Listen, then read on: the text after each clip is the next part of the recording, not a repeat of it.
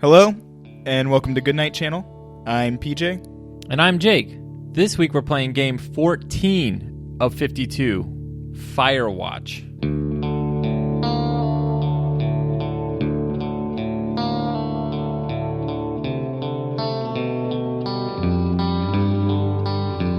Firewatch was released in 2015, developed by, I'm going to guess, Fulbright Studios. Why would you say everything wrong? It was... Oh, I'm sorry. Released in 2016. I didn't mean to say 2015. I didn't mean to be wrong. But you were so wrong. And I assume it's Fulbright. It's not. I know, but it feels like it is. It's built in Unity. It looks like Gone Home. Doesn't play like Gone Home. It plays just like... Well, yeah. I guess you're right. It plays kind of like Gone Home. Sort of. But not really. On a surface level, maybe. Yeah, but you walk around. It's a game about walking around. It's a walking simulator. I'm going to stop you right there. I don't think this is a walking simulator. Okay. I think it's a hiking simulator, All right. which is way cooler. Where you can do impossible feats all the time. That every time I look at this guy doing them, I go, I can never do that. I mean, you just never tried. That's true. I didn't live in Boulder, Colorado my whole life like Hank Williams over here. I don't know what his name is. I think it's Henry. Yeah. All right, so tell me about the story of the game. No one's going to know who made the game. Oh, who made the game? It doesn't matter. No, who made the game? Campos Santos. Okay. Doesn't matter. Firewatch is a game released in 2016 by Campos Santos, a subsidiary of Fulbright Studios. Yeah, they're clearly one inspired. of their protege. It's not. So the story of this game is boring. I'm just kidding. I really liked it. No one has to listen anymore. Might as Turn well it just off. shut it off. Turn it off right now. Jake liked it. That's all anyone cares about. I don't think that's true. I think a lot of people hate my opinions. So the game opens with a series of questions. Hey, they're not really questions. They're kind of like a dialogue, and you get to choose a little bit of how it's steered to give you a little bit of your own backstory. You meet your wife at a bar, and you guys try to have a family. It doesn't work out, and then she ends up with early onset Alzheimer's / dementia. He mentions both, so I'm not really clear if both are related, but they probably are. And so the game it opens with you walking through the forest to get to a fire station. So yeah, you're pretty upset about the whole thing. So About the whole dementia thing. Yeah, and your wife, depending on your choices, I should probably just start all over. Well, depending on your choices, your wife ends up in the same place. So Yeah. It doesn't matter. Well, yeah, your wife ends up in Australia with her family. How she gets there is slightly different. Yeah. There's like choose your own. You choose your things, but in the end, you get the same result. It doesn't matter. The point is, it's the journey, not the destination. When it comes to these little backstory building things. And so you in I forget why he decides not to go visit her. I feel like her family hates him. I guess that depends on your choices too. Oh yeah, I think so. Like for mine, I went out drinking. At 1 till 1 in the morning a bunch of nights and left her alone and didn't really take care of the house. I feel like that was probably different for you since... It was. I made the clearly better choice because everyone liked me. I said, yeah, I can't. I realized that I would not be able to control a dementia person. I probably can't handle them. So I said, probably somebody who's, medical should probably watch her all the time. Yeah. And the drinking buddies, you slowly stop drinking in that version. Oh, okay. And he's like, yeah, they're just talking about me behind my back anyway, so I'm not going to talk to them. The family likes you. Oh, cool. And they're like, yeah, we understand. We're going to take care of her. And you go see her a bunch of times, but eventually she doesn't remember, so it doesn't matter. Yeah. Well, that's cool. It's a little bit different because she's with you as she forgets about you. Yeah. Well, and then the family takes her away. This one is like, oh, she's forgetting about me probably because I don't visit enough. Yeah. Did your dog die? Yeah. Oh, yeah. Yeah, what kind of dog did you get? My dog didn't Beagle? die. Beagle. Stupid. We should have both got German Shepherds. Well, his name was going to be Mayhem. Yeah, that was so radical. No. If it wasn't named that, yeah. But that's the worst name I've ever heard because no one likes that black metal band. I do. I don't. I have no idea what it is. Oh, they're the one that ate their band member. He killed himself and then they ate him. That's fucking radical. Yeah, that's black metal. So yeah, you decide to take a summer job to get away from everything out in the woods. Yeah. And that's how you end up at the Firewatch Tower. Little do you know. The sinister plot begins. Yep. A mysterious plot full of twists and turns await our young hero, Hank. Henry. Hank, who investigates an alien plot. With his sidekick, Scully. Sidekick. Walkie Scully. Walkie Scully. Yeah, so you get there, camp, or fort, Two Dicks. I don't know what it's called. Two Fort. CTF Two Fort. And you get a walkie-talkie, and most of the game is you walking around, doing Firewatch things, I guess. What people do when they watch fires. Or watch for fires, rather. And you have a walkie-talkie with a lady on the other end named Delilah. I didn't know her name was Delilah for hours. Why? I think she says it right away. She does. Doesn't mean I remember. Until one of my dialogue choices was like, something, Delilah. And I was like, oh, thank fucking God. But yeah, so there's a woman on the other end. And she chats you up and is real friendly. Kind of rude. Yeah, but oh yeah, I forgot. When you first get there, she's like, I fuck or something. I don't remember. Wow, you're taking it so dark. It's not like that at all. She's drunk when she talks to you for the first time. Yeah, and then she calls you up the next day. She's like, I'm sorry, I'm your boss technically. And he's like, it's not the first time a boss has been drinking on the job or whatever. Yeah, that's one of the things I really like about this game is the dialogue really feels organic. Yeah. And that's one of the things I think that's kind of missing from Gone Home is it's all very one-sided. And this game lets you get to have an experience of two people having a dialogue in an extended manner. Yeah. Well, a lot of these walking sims are one-sided dialogues. Yeah. So this game actually reminded me most of Dear Esther. Yeah. Because you're walking around a wasteland. Yeah, you're walking around a forest, kind of like outdoorsy kind of environment. While someone just kind of talks to you. But this is way better than Dear Esther. But I feel like I talk about Dear Esther all the time, and all I ever have to say about it is... every game's better than it. Yeah. So, it's funny. I've played Dear Esther 4 times, probably. And I've always been like, it's okay. I don't know why. It's just one of those games to me.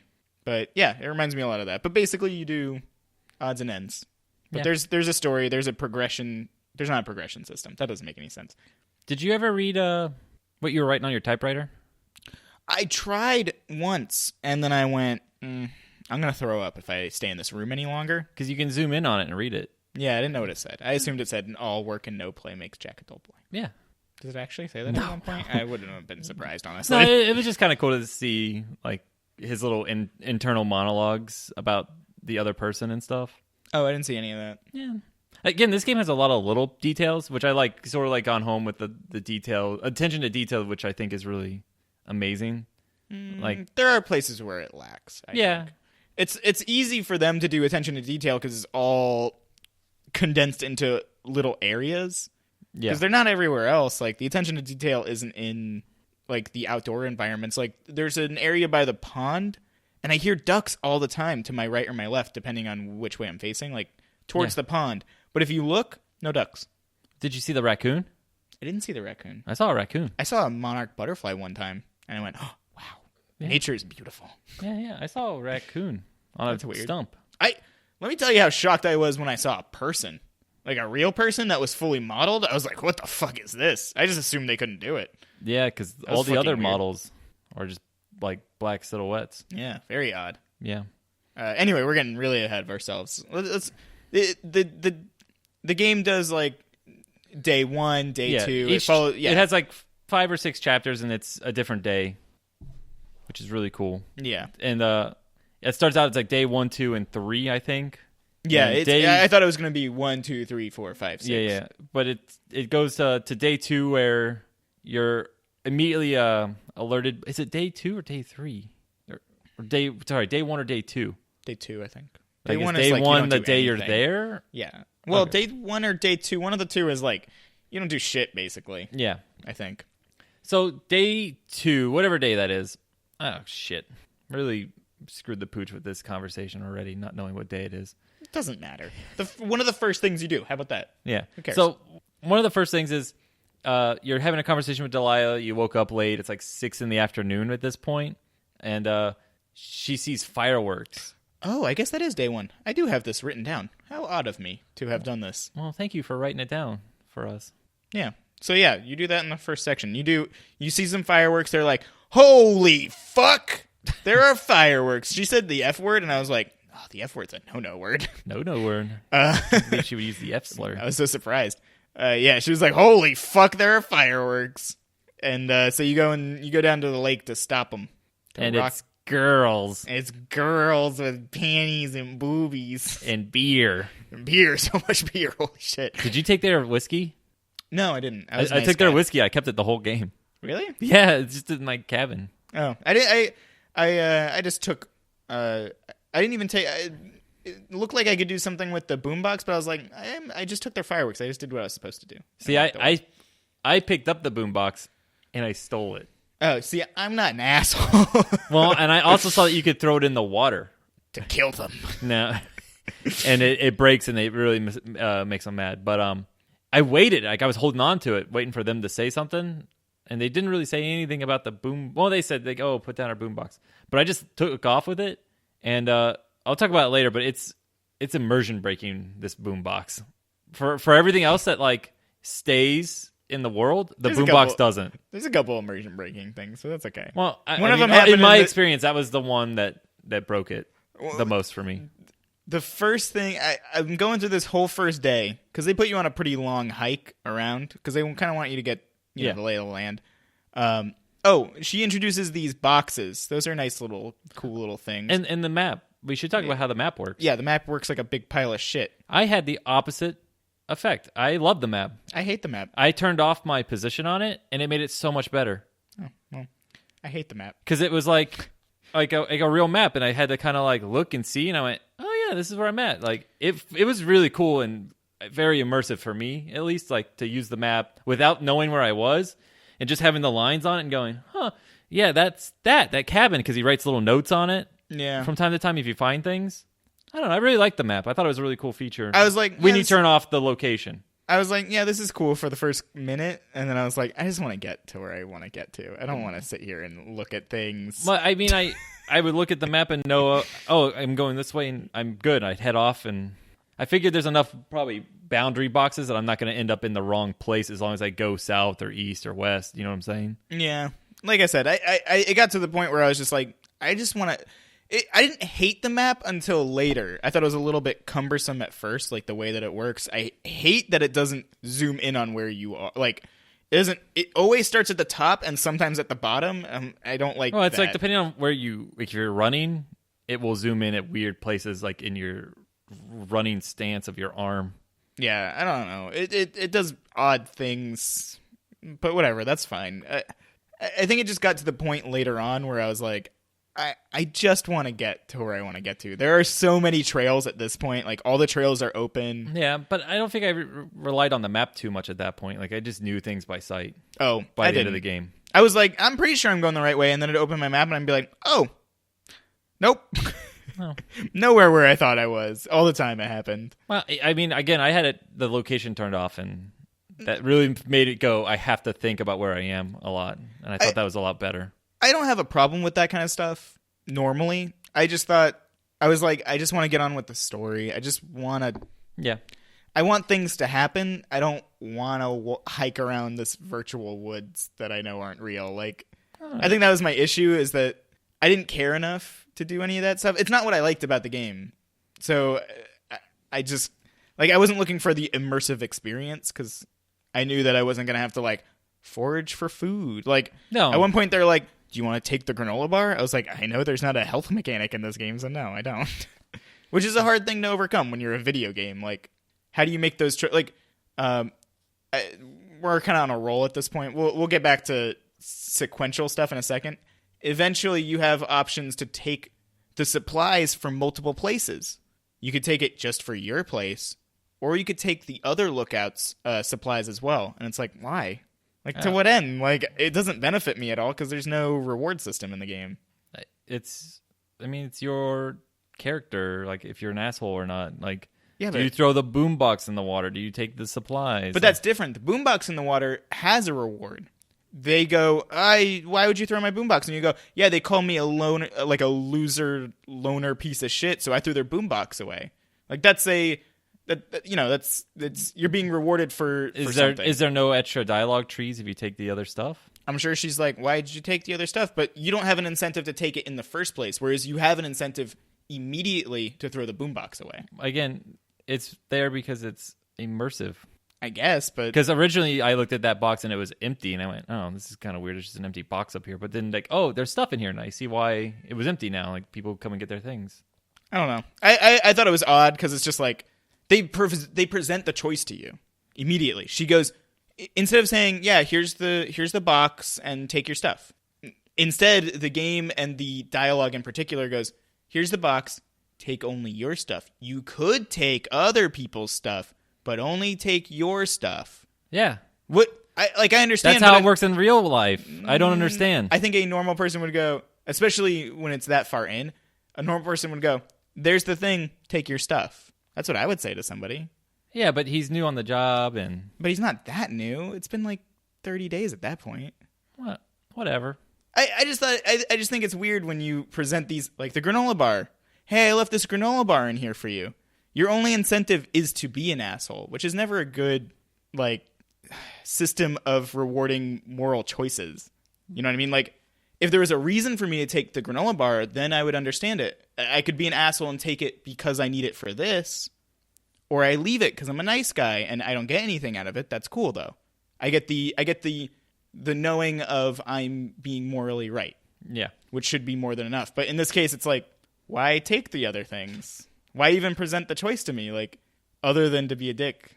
I don't know. I just thought it's kind of odd because, like, maybe if I had to go out and get food every day, like, that was one of the things. Every day that day 1, day 2, day 77, whatever. One of the things I had to do when I got up every morning was go, and maybe it was further and further out. So when I'm already there, I have the next 3 days set up, you know? It'd be an incentive to me to go, I'm going to pick up these 3, and now I don't have to go look for food for 3 days, which is boring to me, or, you know. But you're not looking for food in this game, and I feel like you've looked way into these food choices that don't really matter. I didn't look way into it. I was just thinking about it. The fact that they don't matter is the problem.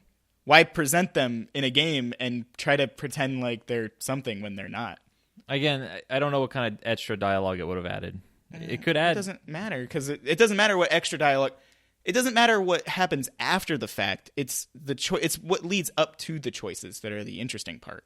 Like, me thinking about them. It shouldn't matter what... I don't care if the choice doesn't matter in the end. Yeah. Like, for instance, in the very beginning of the game, where you have all those choices with your wife. Like, they don't matter in the end, but me thinking about those choices based on what's already occurred, that's the interesting part. Like, I'm presented a choice. Let me think about this for a second. But I mean, like, all my choices matter. In those first ones, they all are presented throughout the game, and like, he talks about all the things that happen, like... But they don't do any... They're just extra dialogue choices. But that doesn't... It builds an immersive world. Right, that's correct. But none... Would you feel like really, really let down if they just weren't mentioned, or would you probably not notice it? Like, I feel like if they didn't present the choices, well, then if they presented the choices, but then they didn't call back to them later in the game, then they didn't call back to them. Like, oh, exactly. It's a prelude. But they presented this, and I think she mentions, she talks on the... You didn't take anybody else's, did you? And yeah, but that's it. Like, but I didn't take any of the stuff. Like, who knows what but could have happened? You have no reason to take any of this stuff other than as a player of a video game going, oh, let me see what happens if I take all of them to see what she says. But no person would say that. How is that immersive? That's why you don't do it. That's why I didn't do it. But it's immersion breaking, because all I can do is think about the fact that I am playing a video game. I know that there are binary choices. Like, I either take mine or I take mine plus other people's. I mean, it's only to see what she's going to say. It's a personal moral choice. But there is no moral choice, because I'm playing a video game, and you're not getting immersed. You're not letting the game take over. Because I can't. It would be an immersive moral choice if I was incentivized in any way at all to take the other stuff. But I'm not. Yeah, there is no reason to take it. Exactly. So why present the choice to me? All it does is make me think about the fact that you giving me the choice is going to give me more dialogue in this video game that I am playing currently. Again, I didn't want the extra dialogue, hence I didn't take the stuff. Yeah, but if you even think about it at all, I don't understand. They never should have put it in the first place. Why? It adds nothing. It, in fact, detracts from the game. Things like that are things that detract from this game. There's no reason to have them. The granola bar in the very beginning of the game, there's no reason to have it. All it does is make me go, I wonder if someone will make a note later because I'm playing a video game. I don't understand. Because that's not how I thought about the game at all. I didn't think of the game as a video game. I thought of it as a simulation in this person's life. Like, hey, I'm going to go be a Firewatch for a while. I didn't think of the game as a video game until it blatantly goes, I am a video game. In which case, then I have to. Well, I guess I didn't have that feeling when it came to choosing to pick my own box out of a box. Like, it just seemed like the normal thing that would happen. Think about the granola bar, for instance. You walk up to the granola bar. What incentive do you have to... You walk up to the granola bar, and there's a note that says, I left granola bar for you. Yeah. To the other guy. Yeah. Which implies a choice, because you can take it. You can put it back down, or you can take it. Well, I took it, and I took the note. I took both. Well, I took the note, but I took all the notes because it's a video game, and I knew that I could keep the notes and read them later. Because I didn't know when the notes were... I don't remember all the dates on the notes, if they were current or not. I felt like they were older for some reason. But, so what is you have no reason not to just leave the granola bar in. Yeah, but, I mean, I also was collecting books along the way. I picked up a bunch of stuff and took it with me. Because you could carry it all over the map with you. Yeah, but do you see the issue when they... The difference is when you're picking up books and stuff like that, nobody is telling you this is a choice. Yeah, you didn't. But like the note's not telling you to take the granola bar or not. No, it's telling you that this is a choice. It's saying I left the granola bar for somebody that is not you. If you decide to take it, something may or may not happen. I don't believe anything does happen. Did the guy say to you in the note, if someone else finds this, please don't take it? It said, I left it for you, other person. That would imply that... So then you have another moral choice. Do you want to be an asshole and take this person's granola bar? To what end? Other than to see what the other dialogue choices are.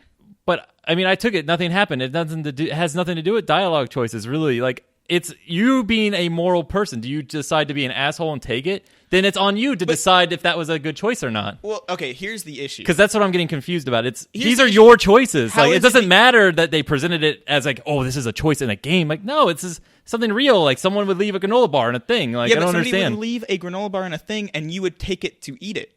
Yeah, why not? I would have done that. Why would I take it to eat it? I have no reason. It immediately makes me go, oh, wait, I don't need to eat in this game. You're right. I totally forgot. Because otherwise, I wouldn't have thought that.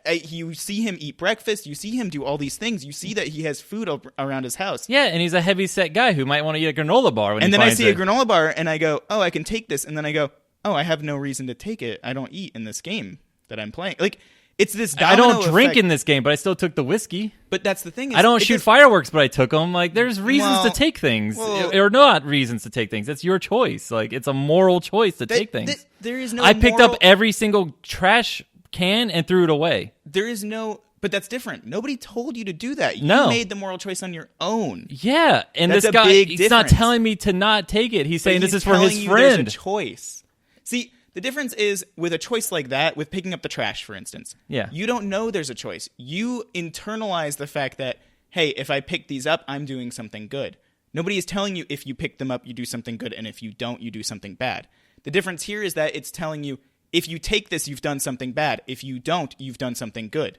But there's no reason for me to do either, so you've presented... If I don't even realize there's a choice with the trash, which there is no extra dialogue or anything, it's just something you do. I didn't realize that was a choice, which is probably a good moral choice. It's not a binary, do this, you're good, do this, or bad. I didn't even realize it was a choice. I didn't think about it because I was just doing a job. But that's how I feel with the other choices. That's me being immersed in the game. That's a choice that you get by being immersed. I'm doing a job.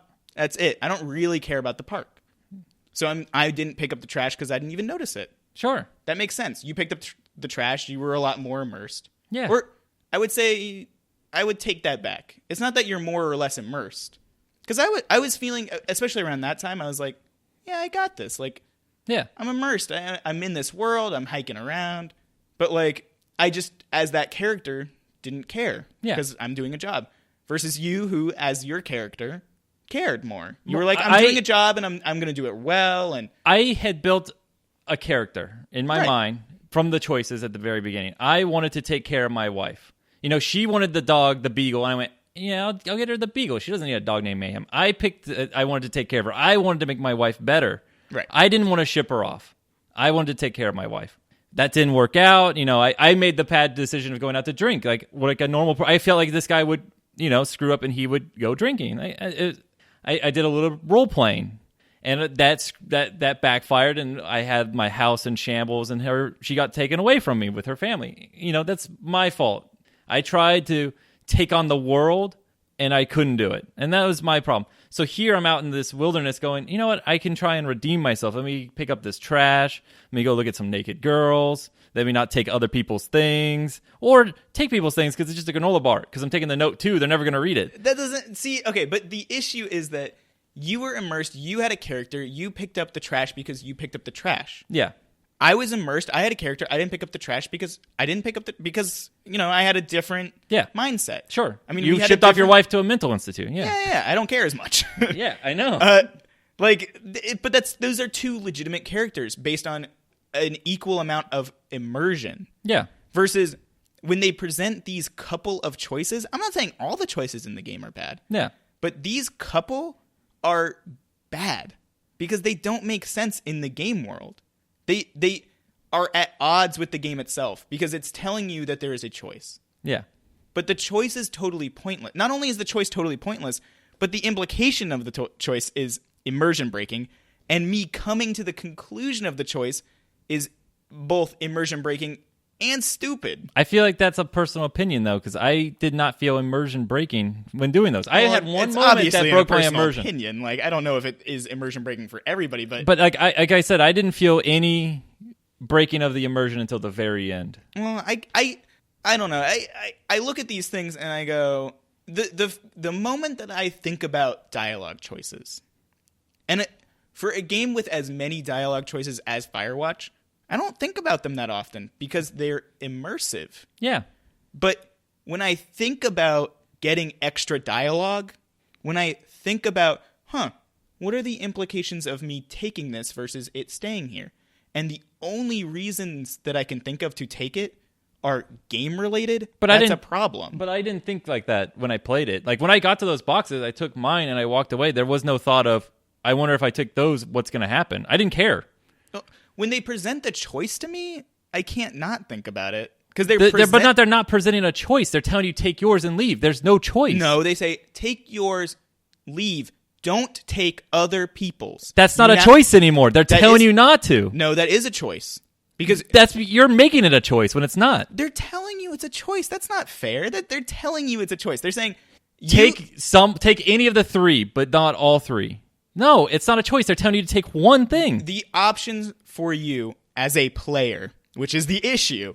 You can choose to take them and be an asshole, but it's still not a choice that you are making because the game is a game. It's a choice on a moral level. What is the reason to take them other than being an asshole?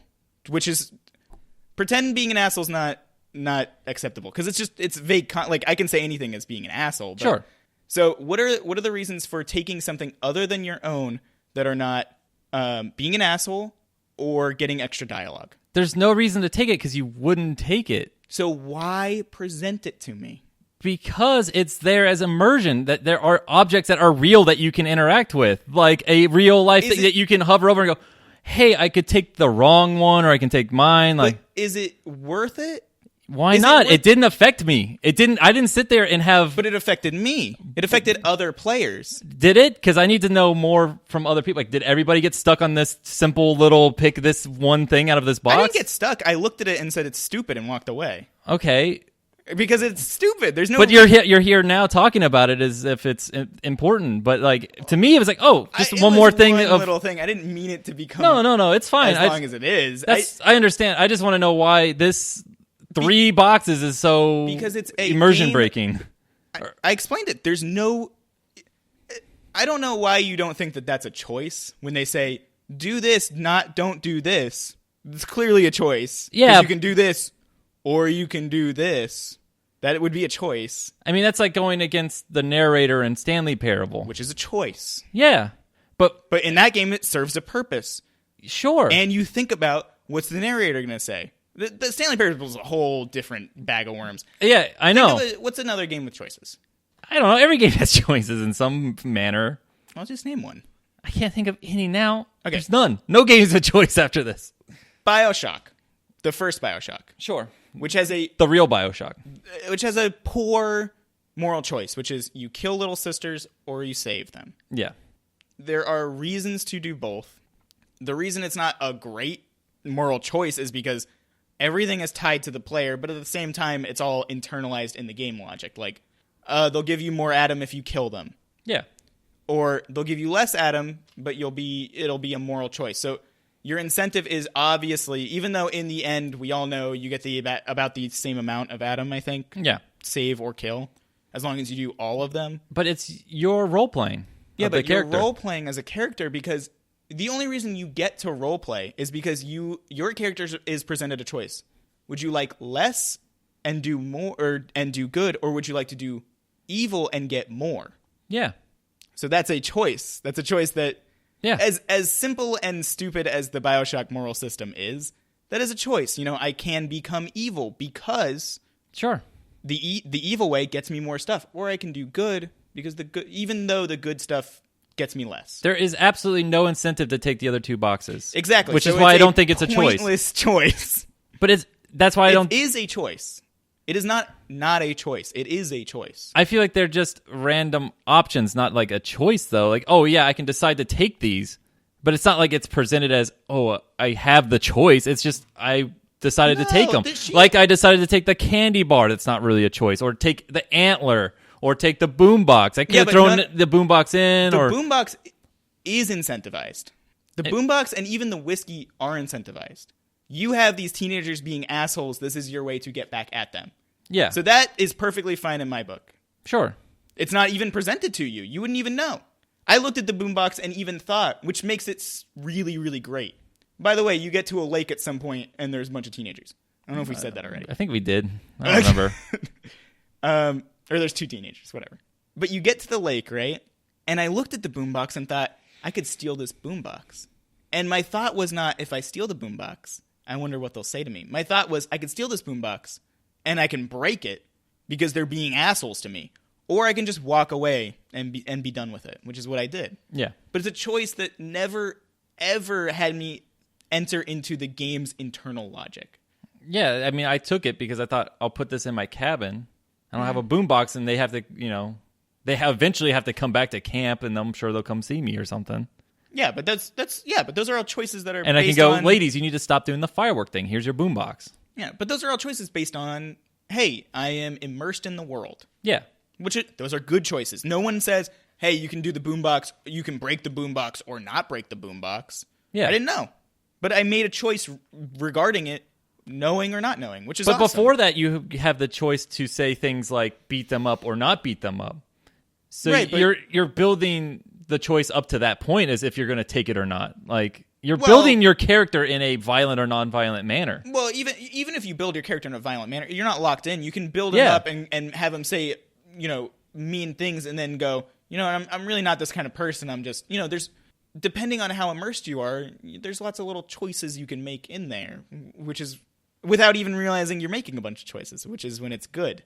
And the game is mostly that. The game is mostly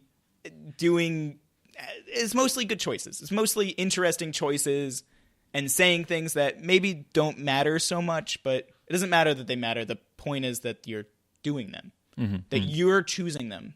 That's important in this game for the most part, other than 2 sections that I can think of.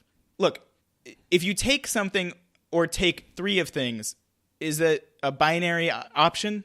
You either did or you did not. You either stole people's stuff or you did not steal people's stuff, correct? Yeah. Okay, it's a choice then. All right. Easy peasy.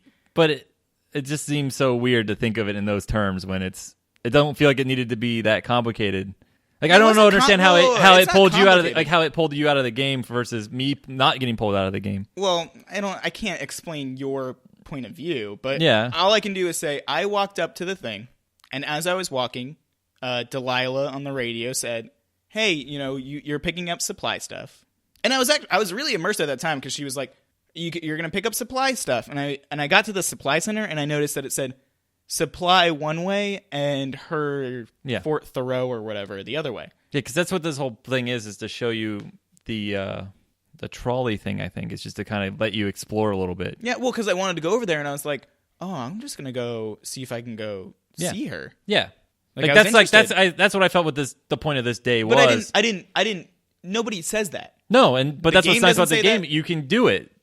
I know, but You nobody can go says all over it. the Nobody- whole map nobody at any point. Well, you can't go over the whole map at any point because you don't have the tools to do it. But you get them. Like as soon as you get the rope, you can go all over the place until you get to the next You can go as roadblock. far as it allows you to. But that's still like there's a lot of stuff. Like I went and got a bunch of caches. yeah, Like I did a bunch of stuff early. Like the one with the walkie-talkie in it that has a different combination. yeah, I did that early. yeah.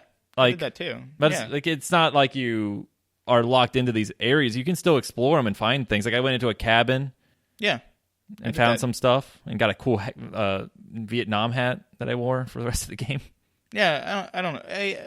Like those are the good choices. The ones that they don't tell you. They just let you do things. But Those are good. she's talking to you. I feel yeah, like but that's different. It doesn't. The game never comes out and goes, "See Delilah" or "Don't see Delilah." Like it never says that. It never says, all right, you're coming up to Fort Thoreau and the supply point. Make sure you go to the supply point and not to Fort Thoreau." And then you get to the crossroads where it literally says supply point one way, Fort Thoreau the other way. Yeah, but I think she's saying she's talking to you Right. because you're.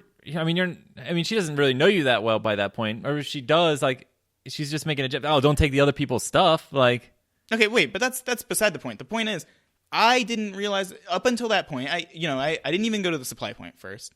I went over. yeah, I looked at her stuff. I tried to contact her. I was like, "Yeah, send me over on the little fly thing." yeah, and you have that fun little conversation. Yeah. And she's like, it's locked. I can't. Yeah, blah blah blah. And then I went back down. I was like, all right, I got it. I didn't even think, oh, the developers don't want me to see you. All I could think was either she doesn't want to, or regulations because she's my boss, and I got it. Like I understood without being pulled out of the game, which is it's difficult to do. I'm not deriding the game on a lot of its choices. A lot of them are really good, and the fact that I stayed immersed when it's very clearly just a roadblock by the developers is really, really something to commend. So then I come back down and I come to this box, and then she presents me the choice. She says, don't be an asshole and take other people's stuff. She says something like that, which implies to me that there is an option for me to be an asshole and take other people's stuff.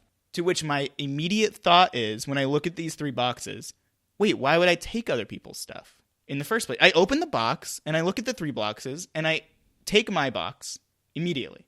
First, of course, because I was like, yeah, of course I wouldn't take other people's stuff.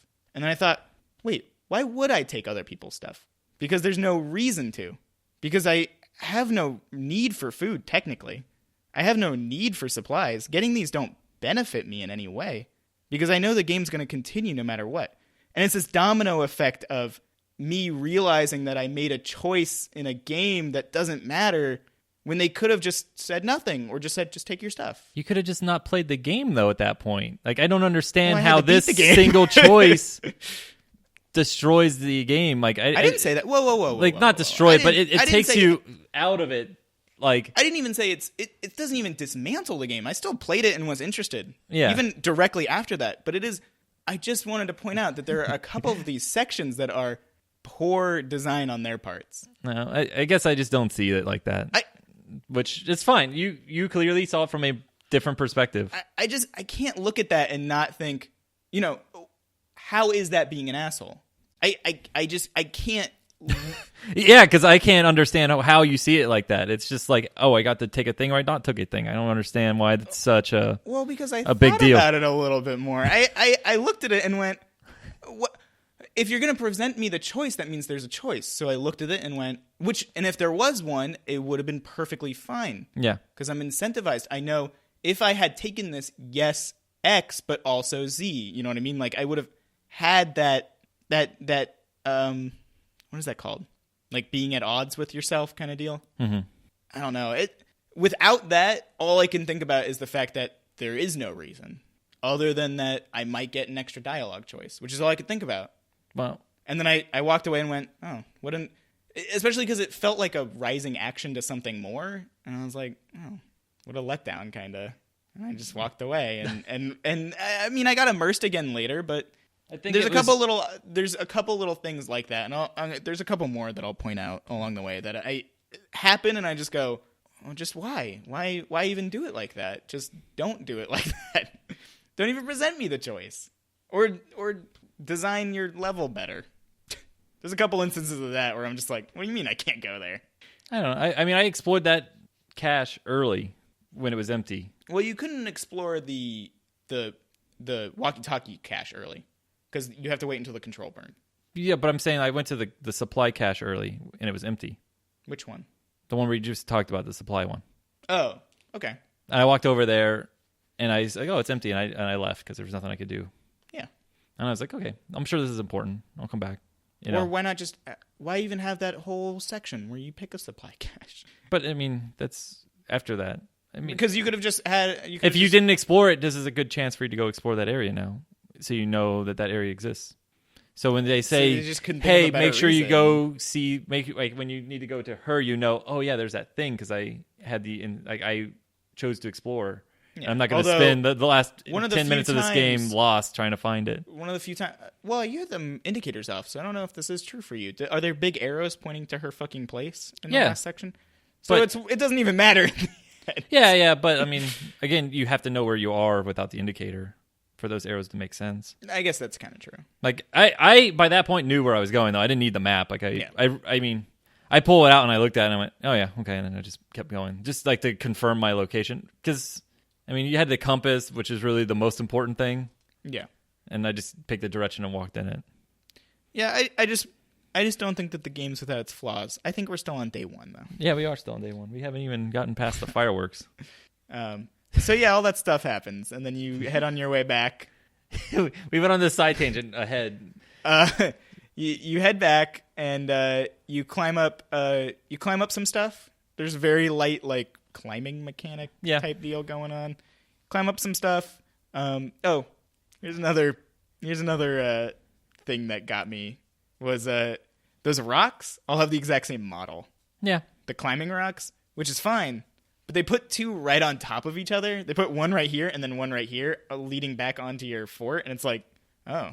I don't know. It was one of those really little things right at the beginning of the game that I was just like, oh, why did you do this? Why didn't you just space them out different? Or just make two different models and put two here? I didn't notice that they were the same. Oh, I don't know. Maybe I just am always looking for that kind of stuff. So I looked at that and went, why? Just do two different ones or make it different or make it just an incline up. Well, it seemed weird. I just didn't know. I mean, it's a very, like, you immediately go into it. So I didn't have time to look at the two and realize that they were the same. I think that's when you meet up with your friend. There's a shadow man that points a light at you. It's creepy. Yeah. He doesn't say anything. Yeah. And then you go into a cave. Oh wait, you go into the cave before that. Do you? Yeah. Because you have to go around. Oh yeah. Because you have rope, and the rope snaps when you go down to find the girls. You have a rope. The rope snaps. So you have to go all the way the long way around to get back home. You go through a little cave. You go through a canyon. You're familiarizing yourself. You go through a cave and you see a little door and you go, that's important later because it's locked. Yeah. I'm sure I'll find a key later and there will be something important inside. Yeah. There is. Spoiler. And then you come out and you go up and there's a spooky man and yeah. And then you find your outhouse. Then you find your house and talk to her about outhouses and pooping. And then you find a baseball. I didn't find a baseball. There was a baseball in the outhouse. I took it inside. Yeah. I think I did. Gross. Maybe I didn't. I don't remember anymore. I feel like I kept looking for that baseball. And then, then you go to bed. Yeah. And the game kind of progresses like this. Oh, that's not true. I think you find your shack ramsack that night. think so. I think that's the first time it's broken into. Because I thought he had a day where he came back and was like, why is all my shit broken in? Because they wouldn't have had time to go back, would they? I don't know. It doesn't matter. At some point, it's not them that does it. Well, I know that, but that's why that thinks. Shadow Man's there, because he's leaving. Okay. I don't know. It doesn't matter. Yeah. At some point, Spoilers. your shack gets ransacked. Well, it's that day, because the next day you go out and you find your stuff. The very next day, when you go down the next day. So, sure. The next day, after you've found out that you've been broken into, you go back out because there's smoke? Yeah. No. I'm sorry. Because the cut power line. Oh, yeah. Cut power line. And then you find smoke. There's a cut power line. You go find the cut power line. You find a bunch of beer cans and some panties that say, go to hell. An infinite supply of beer cans. These girls are dead. Yeah. Not because of bears, not because of anything, but because of liver damage. Yeah. There's no way that these people would live. I mean, it looked like they had maybe 2 24 packs. Right? Like, it was an absolute insane amount. And I know because I picked them all up.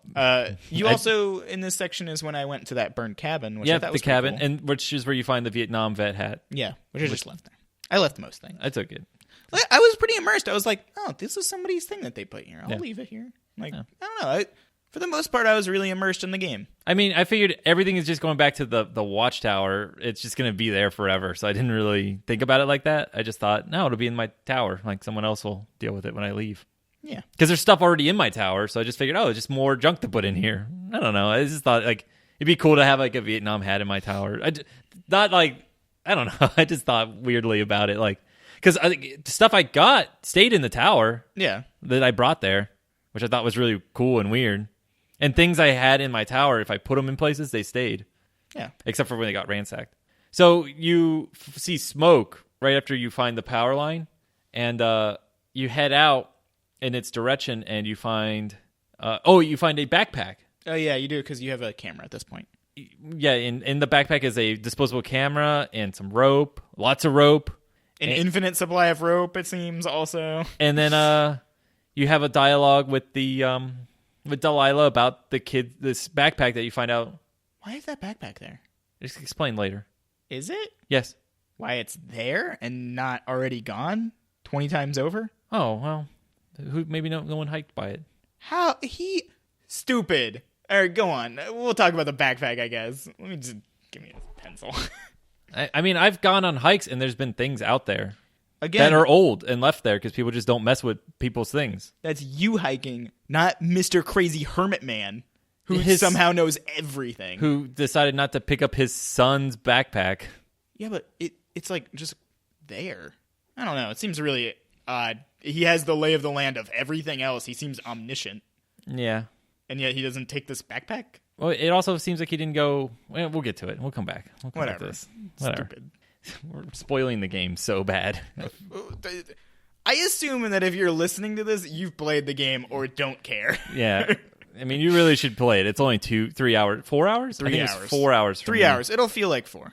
Well, it's 3. I have 4.5 logged, but half of it was with the pest control. Good point. Oh, in case you're following us episodically at this point, the cat in the roof is gone. Yeah. There was a cat in the roof. It really was. I wasn't crazy. Yeah. I mean, technically, I didn't see it. I wasn't home at the time, so... It might not. There might not have been a cat on the roof, and he's just telling me that to make me feel better. But... Oh... Whatever was there is gone now. So that's your update. Your Goodnight channel update. We should take a picture now. Could have put in the show notes. Cat and roof. Yeah. Oh, man. Anyway, so you find this backpack. It's full of rope. You talk to Delilah. She's like, oh, that's this boy. He really liked nerdy things, and his dad came out here. He wasn't supposed to be here. Yeah. The kid wasn't supposed to be out here. He's, that's not allowed. At the time, you're like, I don't care, lady. Yeah, and she's trying to like justify herself a little bit, and she's making dialogue. She's making dialogue. Whatever. So you get these ropes, you start going down, and you see the smoke over the horizon. The smoke monster. And you head through more woods, and eventually you come back to... Oh, you see a fence at this point as well. Oh, yeah, you find the fence. It says no trespassing. A fence? And Delilah goes, a fence? Yeah, she doesn't know about the fence, which is really weird. And then you keep going, keep exploring, and you eventually you find a waterfall that's pretty cool. Yeah. And the big pink thing in a tree you're like, whoa, there's like a bunch of cloth in this tree. Oh, you find I think earlier this day you go past or maybe it was the day before that, where you go past a tree that's all clawed up by bears, and you're like, bears. And then you come across their campsite, and it's all shredded up, and you're like, bear. Yeah. And then there's a note from the girls that says, "Dear Psycho, why you gotta fuck with us?" Yeah, which I didn't read until after I took. They're like, you should take pictures with your camera, which I thought was weird because you don't need them. It's evidence. Yeah, it's just odd. I don't know. I only realized after the game that I was like, oh, well, I took those couple pictures. Yeah, because they asked me to too. Well, I use the screenshot for Steam more often because it's easier for me. But you you realize, oh shit, it wasn't a bear, and they think I did it, which means there's somebody else out here. Yeah, which is spoopy. Yeah, and this is when the spoopy stuff starts. This is like the turning point of the game of, oh, there's a little bit of like a mystery going on, maybe. Mystery. And then it ends. That day ends. The next day is putting up wood on your hole, and you're hammering wood planks into your cabin. I think is how you start that morning. Yeah, and there's more dialogue, and you build a little relationship with Delilah. Yeah. Next night. I don't know if anything happens. I'm just gonna go through stuff that I remember. That's fine. And then the fire. Yeah, and then you go see the fire, and you get to call it a thing. She goes, "What's the fire's name?" You name it, and then it makes it really confusing when Jake and PJ talk about it later. Yeah, because you didn't realize that you can pick a name. Yeah, I thought you just overrid whatever you said. No, it's the Flapjack Fire. Oh. Anyway, which is interesting because I wonder if the Flapjack Fire name exists because of a previous dialogue choice where I talked about the Flapjacks. Because there was another choice I could have used to not say Flapjacks, and I'm wondering if that was built. No, she says Flapjacks. You have the option to talk about it more or not, but she's the one who says Flapjacks. But I'm wondering... Those goddamn Flapjacks or whatever, and you go, Flapjacks? Was that one of your choices for the fire name? Yeah. Oh, okay. She says it no matter what, so it doesn't matter, if it like linked together a little bit more. No. Okay. No big deal. No big deal. I mean, I don't care. I don't care like that. No, yeah. But I was just curious if that worked like in any way. No, but the thing is that you felt like it did. Yeah, and that's what's cool. Yeah. So now you name the fire. You guys have phone sex. Yeah, and then the next time it's radical. By this point, it's jumping days a lot. Like you're day like 60 now. Yeah, you're like day 1, day 2, day like 17, 17, and now you're like 66. And he's going fishing. Yeah, he's got a fishing pole in his hand. He's pretty hype. He's so excited about this fishing. Yeah. And he gets down to the lake, and there's a clipboard on a rock. And I was like, oh, that's really weird. And she's telling you to go look for bear tracks, but that got derailed immediately as soon as I saw a clipboard. Yeah. I was like, I don't care about bears. What's this clipboard? And I looked at it, and it's like I'm reading it before he starts saying things, and I'm like, wait, what? And then he starts. I'm like, oh, this is really spooky. Like, yeah. Like, why is it's all your dialogue between you and Delilah written down? It's built up well because you have phone sex just beforehand. So you go, somebody listen to me have creepy phone sex with a person who I assume is 1,000 pounds. That's not nice to say. She had a very pretty voice. She says she never leaves. Yeah. So I assume she never leaves. But there's no food out there. That's a good point, I guess. I don't know. She has a cute voice. Yeah. I like the... Anyway, we'll come back. I like replacement wife's voice. Yeah. So, I'm sorry. There's a point where you like sleep talk to Julia over the radio. Yeah. And Julia is your wife who's demented. Whatever. And I knew she was Australian, but she started speaking, and I was like, "Who the fuck are you?" Well, because it starts out as Delilah's voice and slowly morphs into Julia. You're like, what I was happened? like, who is this person? I thought I was just going to talk to Delilah drunk or whatever, but then it turned into her voice, and I went, oh. That's why I didn't say Jules at first, because I was like, oh, you're trying to trick me. I got you, game. Because I don't remember Delilah's name. And, sorry, that's a little... That was one of the parts where I was like, there's some fuckery going on with Delilah. With that, or I thought maybe my character was suffering from dementia. Yes, one of the two things. Like I started to worry, like, oh, maybe he's out here because... You bring it up again later, so I was like, hey, there's definitely some fuckery going on. Like, I was like, oh, that might be a twist. Like, maybe none of this is... Exactly, yeah. I was really thinking those things. I have a note here, day 3, where I was like, day 3, let me read my note. I assume there's some fuckery going on with Delilah being Julia or something. Or something. That's my exact note for day 3. Perfect. So you go down to the lake, you read this notepad full of all your dialogue, and you hear a sound behind you. Yeah, that's like spoopy alien sounds. Yeah, it's like a electronic sound, like staticky or whatever. You turn around and you start walking, and you don't find it. Immediately. No, and you don't see anything, and you see a walkie-talkie on the ground. You turn around, you go up the canyon, it goes, okay, listen, fucko, go back to the lake, because you missed it. And you go, all right, I'm at the lake. And it goes, all right, go back towards the canyon. How do you not have fucking eyes and see it? And you go, okay, fine. And you go back towards the canyon, and it just goes, look, just look around you. I'm sure you'll find it. And I was like, all right, let me spin around. And I found it, and I was like, oh, there it is. Oh, shit. And then I got hit in the head by a rock. That guy had to be sitting there going, right? How do you not see it? It's right there. Are you blind? Because that didn't happen to me. It felt really passive aggressive on my end. Like I walked into the canyon, and it was like, all right, walk back towards the lake. And I was like, all right. And I walked back towards the lake, and I was like, all right, try one more time. Walk you back retard. Like, you absolute retard. Wow, all right. Well, I'm sorry that's what your experience was, because I immediately turned around, saw a walkie-talkie, and got clocked over the head, and I went... I got clocked over the head, and then I watched my walkie-talkie phase into a rock, and I was like, what? Wow, great. You had a great experience. Did that happen to you? No? No. I don't know, something about the way that like my hand fell, my walkie-talkie came out of my hand and went inside of a rock, and I was like... I don't think that happened to me. It was a beautiful moment. I was more concerned with the other walkie-talkie because it had no antenna. And I was like, that's really weird that this walkie-talkie doesn't have an antenna. That was like my first thought. And I'm like, and then I got clogged. I went, oh, shit. Don't care anymore. This is way more important. And you wake up and everything's gone except your walkie-talkie and your fishing pole. Yeah. Wait, your fishing pole? Oh, did you still have your fishing pole in your hand? Yeah. Oh, I put that shit away immediately. Oh. Well, you can throw it. It's cool. I just couldn't handle my character holding out a fishing pole at a right angle, walking around being like, Delilah, they're the fishing pole in right angled hand with a clipboard in another. They're listening to us.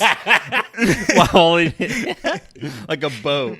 So at this point, you get pretty freaked out, and you head. Like, you remember the name of on the top of the clipboard? I can't think of the name of it. Camp Wadapudi. Yeah. And but it says the something station. You're like, oh, that station doesn't exist. Or Delilah says that station doesn't exist. And you're like, that's weird. But there's this meadow with the same name. Yeah. So you head in that direction only to get blocked off by another fence. But this time it's got a gate on it. It's got a gate. And then Hank is like, I almost said Henry, and I was like, nah, it's Hank. Hank looks at rocks and he's like, I'm going to bust this fucking gate open. Yeah. And it doesn't work. And he was like, guess I'm out of ideas. And I looked at the fence and I was like, climb the fence. There's no barbed wire at the top. Yeah. Climb the fucking fence. Are you afraid of somebody seeing you? You're about to bash the fence open. In fact, later, you do bash the fence open. He's pretty heavy, though. He rock climbs. You fuck off right now. He could have gotten over that fence instantaneously. It's not even that high. And there are rocks surrounding it that are higher than the fence itself. Yeah. That was another one of those little moments where I was like, why do I have to go do this? Oh, because I'm in a video game where my character can't hop over a fence for no reason. The fence makes absolutely no sense. No, because I explored it and it was clipped into rocks at certain places. Yeah, where you could just walk over the rock and you'd be over the fence. Yeah, it goes through it for some reason. When you first see the fence, it's like, yeah, there's no reason to climb over fences. Well, that fence is really big, though. I feel that one's like 10 feet tall. Even then, I was like, I could probably climb this, but there's no reason to climb. Like, there's, when there's urgency involved, like, we need to get in there right now. We need to know what's going on. And you're willing to bash open the fence? Yeah. there should not be a moment where I go, oh, I could just hop the fence Yeah. and have, no footprint. Like, that doesn't make any sense. Now I'm going to break the entire gate open. So, yeah, at this point, she says to head home. I think so, yeah. She's like, yeah, you've done enough, fucko. She's like, we should go talk to the firemen in the morning. Yes. I think is what she says. They're doing a controlled burn in the area. Yeah. So you go home, and then you head south. Yeah.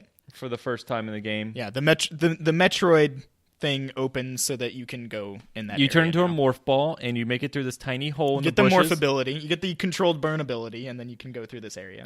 Down there, though, is some interesting stuff. It's actually pretty cool. I thought it was kind of spooky. Yeah, because there's like snowmobiles and burned trees. Like there's like these like tree arches you kind of walk through and stuff. It's a really cool looking area. Yeah, I was like, why are there snowmobiles here? I really like the different areas of the game have really cool aesthetics, like the aspen trees and the burn trees and the canyons. Like it has like every It's got like area of a forest. And it's got like forest.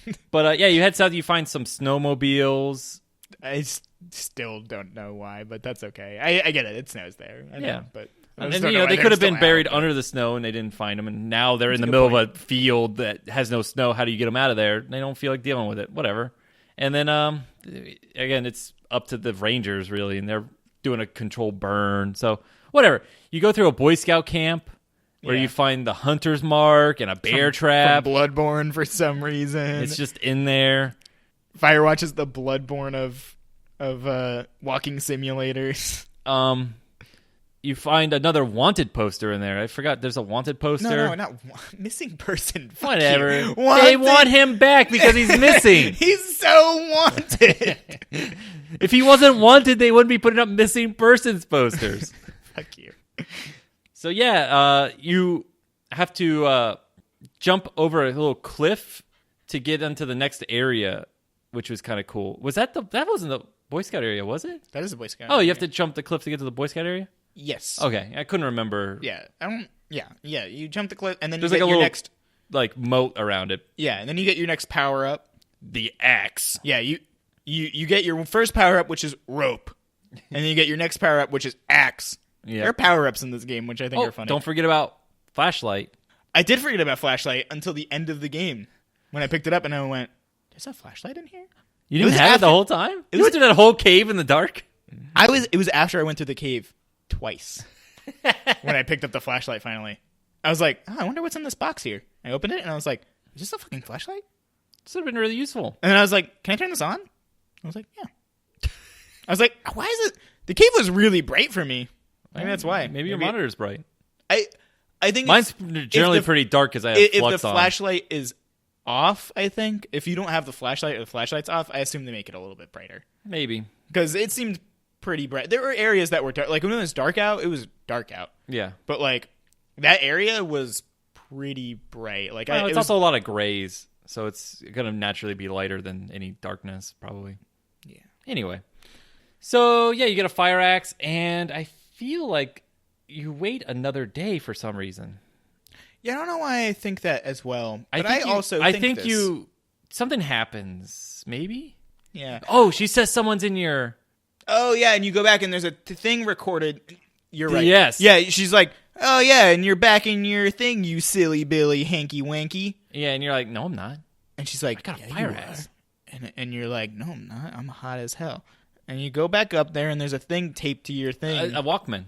A Walkman taped to your thing. That's like a recording of all. Oh yeah, it's a record. See, now this doesn't make sense. Yeah, this don't make sense at all. Because that would have been Shit. after. Yeah. Shit. We fucked up. We're so fucked. All the complaints we heard about us making things out of order just came to light right now as we got Yeah. things out of order again. Shit. Yeah, I don't know. Okay, so you do something at some point for sure. I cannot remember why. To the point where you do that, and then she's like, "Don't talk to me anymore." I for right now. almost swear you get the walkie-talkie after that area. I don't think so. You know what? I am positive you have the new walkie-talkie when you go into Area 51. No, I feel like it because I remember thinking, Man, we're doing a lot of talking over our walkie-talkies that someone was listening to. You know what I'm saying? Like I thought, like, oh man, we shouldn't be talking. I thought that too. Because someone can listen to us. I thought that too. But when you get into Area 51 and they record, she says, "Let's just start a fire" or something. Yeah. She records it not from the walkie-talkie, but from the bushes outside of it. Yeah, because he's like, "How does he have this recording?" And he's like, "It sounds like it's recorded far away." Yeah. So you definitely have the new walkie-talkie when you go in there. Yeah. But I don't know why or what incites her to be like, don't talk to me anymore for the rest of the day. Maybe she's just like freaked out. She's paranoid. Yeah. She's, but really, I think that's when she goes off to get the new walkie-talkie. It is. Because the next day is when she's like, go look at this poster. Yeah. You wake up and you're like, all right, I'm dense as a fucking brick, apparently. I don't realize that you have a subterfuge. So I'm going to go, why do I have to look at this thing that's everywhere and whoever's listening in can do the exact same thing and get there before me? Can they? I mean, you don't really know. Yeah, but I think it's a crazy government agency. Like, why wouldn't they be like, but quick, Jared, get me the thing. Yeah, yeah. Like, Hank is being straight stupid at this point. Either way. But whatever. I mean, I didn't feel that way. I felt like, no, the lock's different. Like, I don't know. No. I was like, but she tells it to you over comms when you too, get there. Yeah, when you get there. But I was just like, dude, like they could have had people waiting there for him. But they could have been anywhere. Like, like I just thought it was funny. Like to me, it was like, Delilah, why do you sound different? And she's like very clearly acting different and tells you to go look at a thing. Like yeah. You should realize that at some point she's doing a little code thing. Well, like, I was thinking two things at this point. I was thinking she's been abducted, or it doesn't really matter. Like the walkie-talkie thing isn't going to matter because they probably can access all the frequencies. Like in my mind, they just have access to all the frequencies. So like, I just thought it was weird that like. Anyway. Yeah. So you get a new walkie-talkie, and you can keep your old one, which I did as evidence. So yeah, yeah. Yeah, whatever. You break into Area 51, you find a bunch of junk that never should be there, but it's there anyway. Area 51 is the area in the fence, by the way. I'm going to keep referring to it as Area 51 because I don't remember what the fort's name is. Yeah, and then station. You go in there. It's got some towers. It's cool. It's a cool place. It's got equipment that again shouldn't exist. Why? Because of spoilers. Why? Why would he have all that equipment? He doesn't. What is it for? For a whole different thing. I thought you said he was typing up government documents. Yeah, he is. So why is that stuff in there? For the actual government that's using the facility to track animals. Oh. It's an actual research station. Oh, then why doesn't Delilah know about it? She just doesn't. It says no trespassing. It's like under wraps for some reason.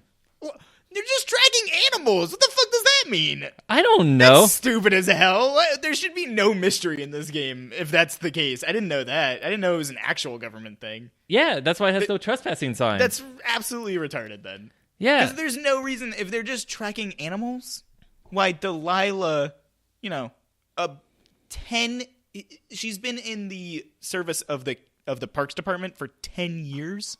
Again, I think it's used for different things because I think a college is there doing research. Yeah, but why wouldn't you tell your Firewatch people, hey, by the way, there's a thing out here, just so you know. I feel like there's some paperwork about it. I just don't remember it right now because it says a bunch of stuff about it. Seems odd. If that's all it is, if it's just them tracking animals and for some reason a 10-year vet of the Parks Department doesn't know that there's I'm going to get to another thing here in a second. So you go in there, you find all this equipment, crazy equipment, like 4 radar dishes and the like generators and stuff, and like soil plots, which was like, oh, there's some real alien stuff going on, right? Here.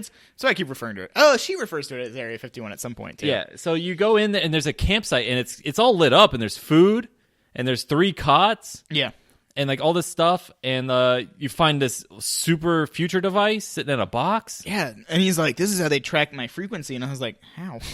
And it has all the directions, and you read it, and you go, "Okay, cool."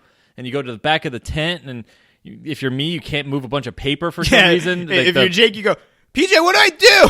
Well, it just wasn't giving me the choice to move the paper. I did everything. I looked at the lie detector, which is not a lie detector clearly an earthquake machine is what it is, but they decided to call it a lie detector. No. It's a seismograph first. Yeah. And then she goes, maybe it's a lie detector. Yeah. But then it's retitled as a lie detector question mark. Which I was like, that's cute. So that's all cool. Like There's it's the map. creating the paranoia. You go, maybe that is a lie detector. And then you shift the papers and you find a binder. And it says mind manipulation. You're like, what? And it really freaks you out because it's Delilah is like low level mind manipulated. Yeah. Like she's like a 2 out of 10, like being manipulated. I remembered. And he's like a 9, and he's like, what? And that's when I'm like, and then and another moment where I'm like, maybe he's having dementia. No, this is real. And he says that, and I'm like, oh. Well, and at one point, at this point, you also go, Delilah, how's your boyfriend? Yeah. Because she has a boyfriend named Javier. Yeah, it's written in the... this piece of shit. It's written in the notes. Yeah. Great moment. So that happens. You get all this stuff. You leave. I took things, as I often do. I just take things to collect evidence. I was like, I don't want these aliens to be even more pissed than they already are at me. So I left everything. No, I took all the papers. I took because I built this like collage on my wall where my typewriter is of all the different things. The tracking device. I had little notes I typed up. I thought it was really cool. And the next day you're like discussing stuff, and I forget what you do at that point. I think you just get BBs. I'm gonna. You start to get the beeps. Yeah, you get the beeping, and you go out and you find a backpack with the key in it. Yeah, and an alarm. It seemed really weird to me. I'm like, why would they do this? Why would they set this up for me? The government, that is. Yeah. Like, why are they making this alarm trap that scares How come he could find one backpack, but he couldn't find the other backpack with all the rope in it? Well, I think he had it. He just kept it. Out and about for people to find? No, he kept it and he put it out. Oh, that back. Because he puts an alarm on it, behind it. Yeah. You know what I'm saying? Like I know that. And he put the alarm there for him to hear it so he could be prepared. To the government agent ineffectually do nothing, really. So then you go to the cave because now you have the cave key. You're like, oh, the cave's become important finally. Yeah. And you go, you unlock the cave, you walk through, bam! Can't go back out the cave door. Can't go back out because someone locked you in, and you're like, shit. Well, you try to call on the radio, doesn't work, and then you go, I'm sure there's a way out here. And you walk, you go through. You see there's a big cliff, and you go, I can't go down there. So you go and you move some rocks, and you go to this little overlook, and it's really cool because it's like the kid's fort. Yeah, and you pick up some climbing spikes, but this whole time you're constantly reminded of this kid named Brian and his dad named Ned. Maybe I don't know his dad's name. His dad's name's Ned.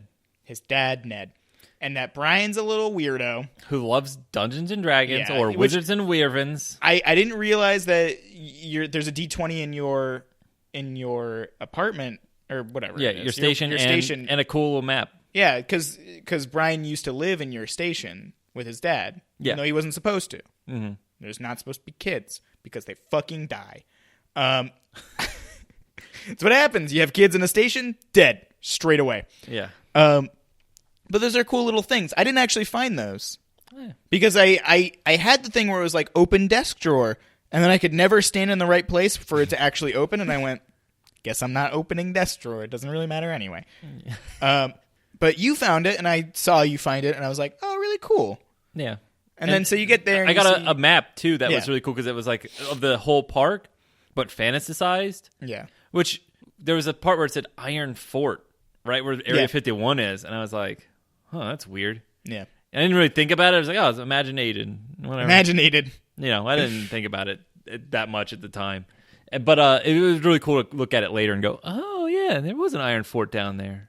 Yeah, it's a cool little moment. Yeah. You get to learn about Brian a little bit more. Yeah. Big weirdo. Yeah, stats his characters all wrong. What a stupid piece all of his shit. stats were horrible. And yeah, all you get is character sheets. You pick up a bunch of cool stuff there. He has this drawing for his crane to pick up his backpack that he lost that was in a tree. Yeah. He was a nerd. Yeah. Nerd kid. So then you come back through, come back into the canyon. You go, oh, okay, now that I have these climbing things, spikes. I'm going to be able to go straight back into the cave. Nope. Got to take a really boring detour, go all the way the fuck around to go right back inside. Yep. Which almost killed me, I thought. I was like, oh. A dramatic tension. You go back in the cave. It's so stupid. You go down. You're waiting to find these goddamn alien bodies. You know they're in here now. And you see a dead kid, and you find a dead kid who looks like an alien. You're like, he was an alien the whole time. He's just dead and a mummy. Rip. Sorry. So sorry. Yeah, you go, dead kid. Dead mummy. Dead mummy kid. Dead mummy. Alien. I knew it. And then you step over his body. Yeah, you go, Delilah, sit down. She goes, I'm already sitting down. You go, there's a dead kid in there. And you go, and she goes, yeah, I bet. More boring stuff happens. I don't remember. I saw that dead kid and I was like, oh, great. Which is the point. Yeah. But I gotcha. I understand it's the point, but I was kind of like, okay. The government's hiding this dead kid. Yeah, I was like, why is the government hiding this dead kid?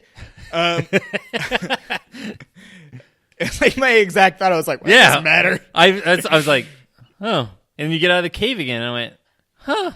Yeah. Why? Yeah, you get out of the cave again. And I was like, okay. And then you go back.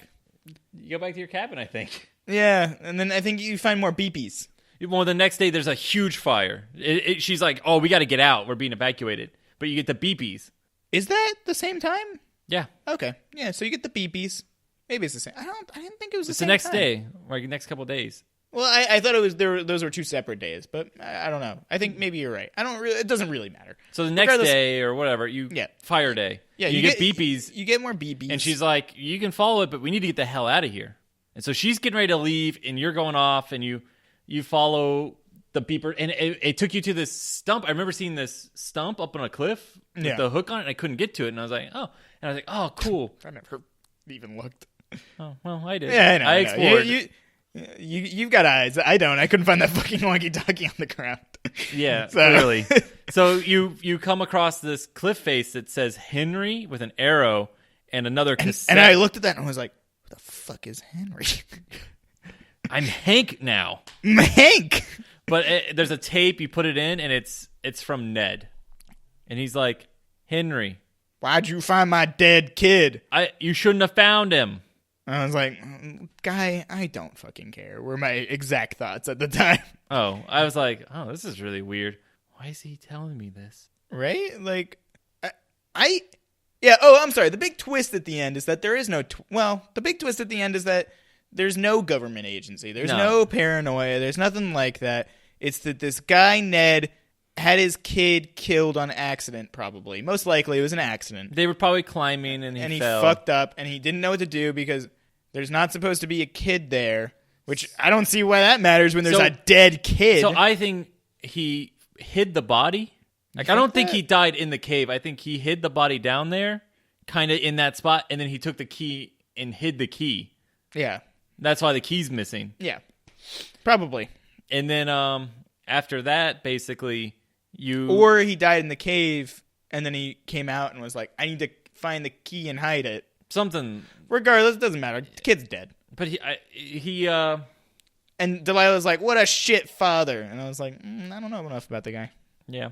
I mean, he seemed like kind of a bad dude, but probably didn't kill his kid, but whatever. I mean, he went crazy. He lost his kid. He loved his kid. Yeah. Couldn't face life because he lost the only thing he probably cared about, and he didn't really treat his kid very well. So he's like, oh no, I've really fucked up. I'm the worst person. Yeah. So he kind of just becomes a hermit for some reason. Yeah, instead of, going, oh, the reasoning is constantly brought up that there's not supposed to be a kid here, so we had to hide the fact. Like, I just don't understand why that trumps reporting the death of a child. Well, it's his son. I feel like that's not that has nothing to do with what he decided to do. It's he's overwhelmed with grief and he doesn't know what to do because he let his kid die. Like it mirrors your own situation vaguely in that you have a bunch of grief, so you go out into the wilderness.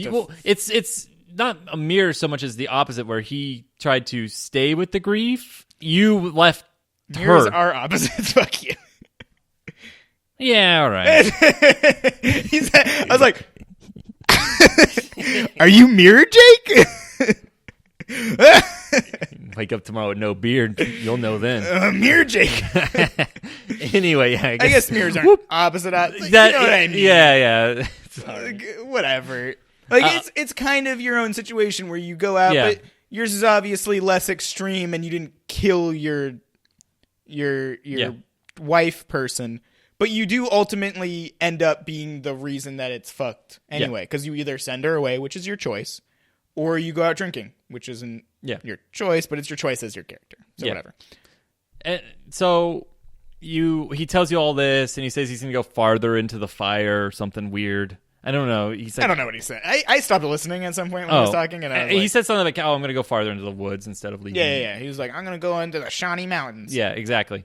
And I was like, "Okay, sure, whatever, weirdo." Yeah. And I was like, "Why'd you do all this to me for no reason?" yeah, he's just a weirdo. And you climb up, and he has this little trash pile, and then the secret bunker.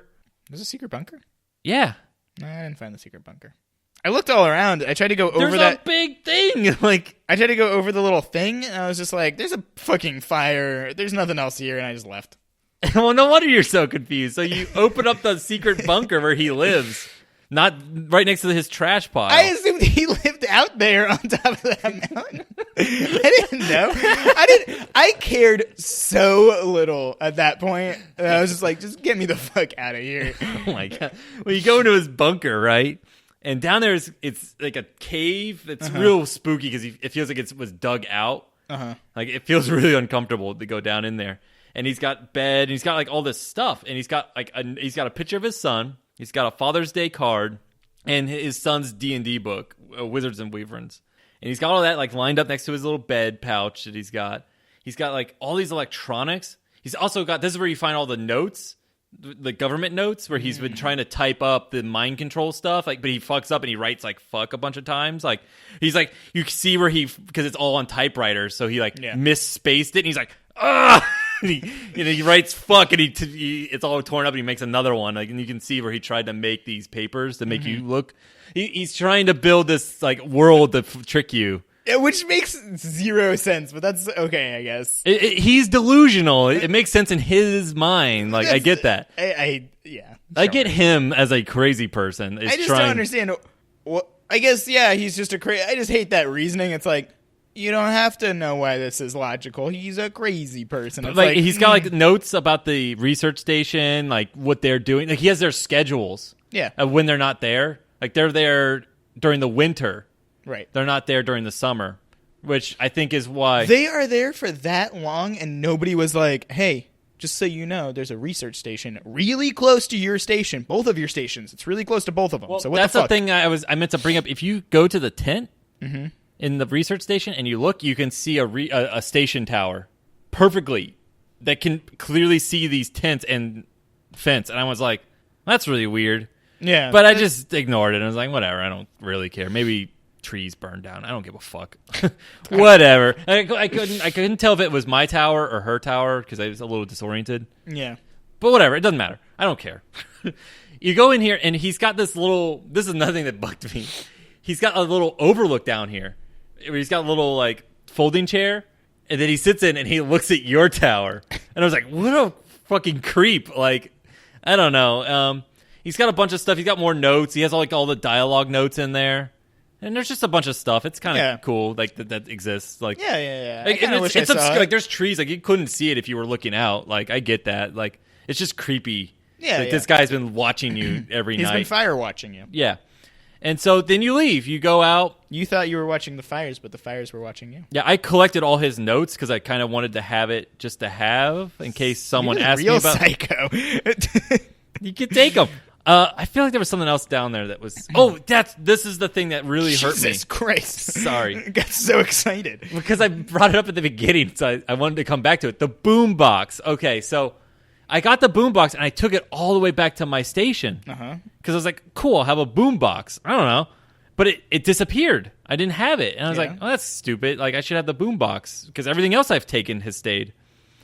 And you go into his thing, and the boom box is in there, all torn apart, and I went, how? Well, he might have gotten up there and unlocked your thing, and it just felt weird to me that I didn't even get to enjoy the boombox because it plays music the entire journey home. Even get to enjoy the boombox because she mentions when you're playing it, she's like, "Is that music?" And you go, "Yeah, I took the boombox." And she's like, "Okay, whatever." Like that's cool. I really like that kind of stuff. And so like I took it back. I picked up the trowel and I was like, I'm going to do something with this trowel. And she's like, I'm pretty sure that's for picking up poop. And you're like, I have it in my hand. And she's like, you should probably drop it. And I was like, yeah, I am. I was like, this is a really, well, it worked really well. And I couldn't tell when it started or when it was canned and when it was not. Because I started the conversation looking at the trowel and I made a choice. And then I was like, yeah, I'm going to like dig some shit up with it, or I'm gonna dig through some bushes with it or something. And I picked it up, and she was like, I'm pretty sure it's for poop. And you were like, it's in my hand. But I was like, that's because I started the conversation with it not in my hand. Yeah. So it was really weird. I couldn't tell if it's always like that, which wouldn't make sense at all, or if it probably dynamically, once it's in your hand, added that text dialogue. Yeah, it was really strange. It worked really well, but it was really cool. But yeah, it was just very strange. There's a lot of really great moments with the dialogue. I think that oh yeah, I'm sorry. Real quick. You go up, you go to her tower, you get rescued by a person. I'm done. You go across the thing. Yeah, you go across the thing. You can see her place. Oh, it's great. You go in her cabin. There's no pictures of her. I went, oh, yeah, I was like... I looked all over for her. I was like, I have to know. And she left a bunch of stuff there, which I thought was, I guess, normal. She left a book. I looked at the book. Yeah, she left some stuff there. She left a bunch of crossword puzzles, which I was like... She's an old lady. Yeah, she's an old lady. A lonely old lady. She's been there for 10 years. Yeah, and she had that sign. You look at the pond, and it's like... Oh, yeah, the pork pond. Pork pond, and she's like... She had the sign, too. She was like, oh, it'd look really great in, someone's den or something. And I saw that pork pond sign, and I was like... Oh, what a good callback. Yeah, I thought it was really, really clever. Yeah, I like that. You go inside, and then... Hey, there's a lot of little things in there that can... round up the story, and you're like, oh, cool. Like, you're like, please wait for me, and she's like, I'm not waiting for you. You're like, I told her not to wait. Well, I didn't say please wait for me. I was like, well, I'm gonna go check, and then he said please wait, even though I didn't really say that anyway, which I was fine with. I was like, yeah, I really want to see what this fucking lady looks like. Oh, you mean that part? I'm sorry. Yeah. When you tell her to wait, and she's like, no. Okay. Yeah, I was like, all right, lady, fuck you too. She's like, we'll meet up in Canada. No, I guess that's another dialogue. I'm sorry. Yeah, where she's like, no, we're not going to meet up. I think that's like when I was leaving the fire. Yeah. Because we still didn't know. Yeah. You tell her to wait. She doesn't wait, whatever. You go to her place. You go inside. You exit. You go, did I miss something? You go all the way back down. You turn around. You go back up. You go back inside. You leave one more time. You look through her window, go, can I pick up that book through the window? You pick up the book through the window. And then you go, can I put the book back down where it was through the window? You can. Dead. Why? What is your experience with this game is like my experience with most games. You go back. It's very backwards this time around, I feel. You go back inside. You go, okay, let me just click on everything. And then I noticed that the radio thing, and I was like, oh, I just missed it. And I put the radio thing on. Then you have a little dialogue. And you're like, are you going to meet up with me or something? Like, you had phone sex with me, lady. You better hang out with me. You have a cute drawing of me that looks exactly like me. I like that. That was really cute. With a little bear. And, I think the game was fun. And then she's like, no, I like Javier. She doesn't say that, but I know she was thinking it's true.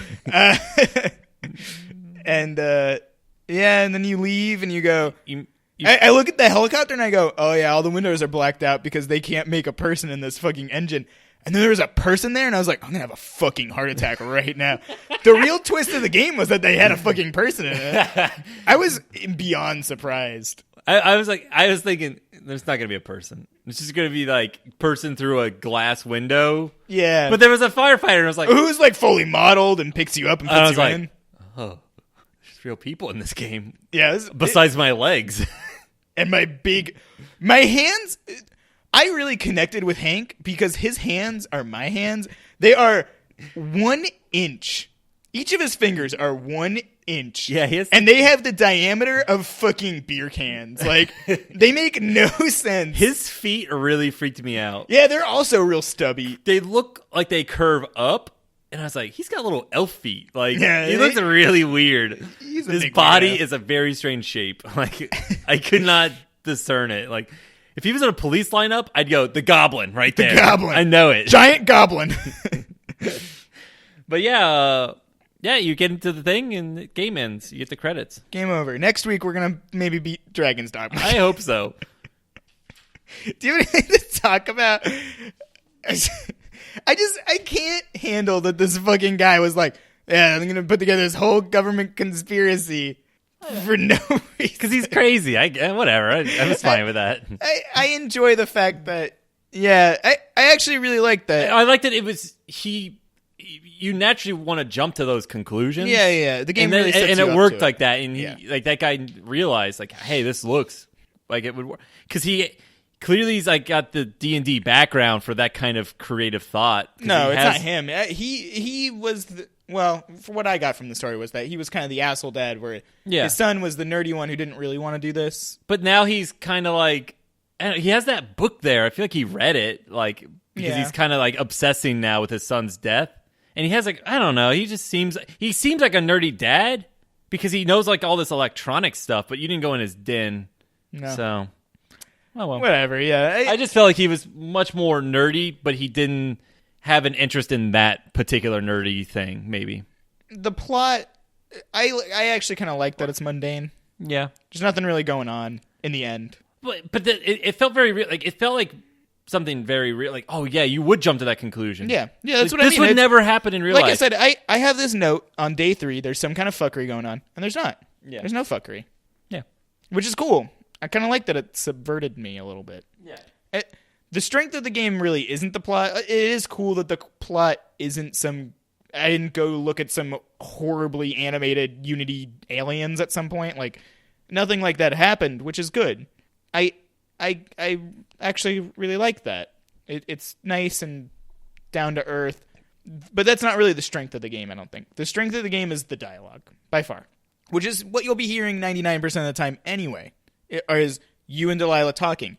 And the fact that all of it sounds so good is fucking incredible. Yeah. I don't like this game as much as I like some games that are in this same genre. I think that Gone Home is better. I think Gone Home has a better message.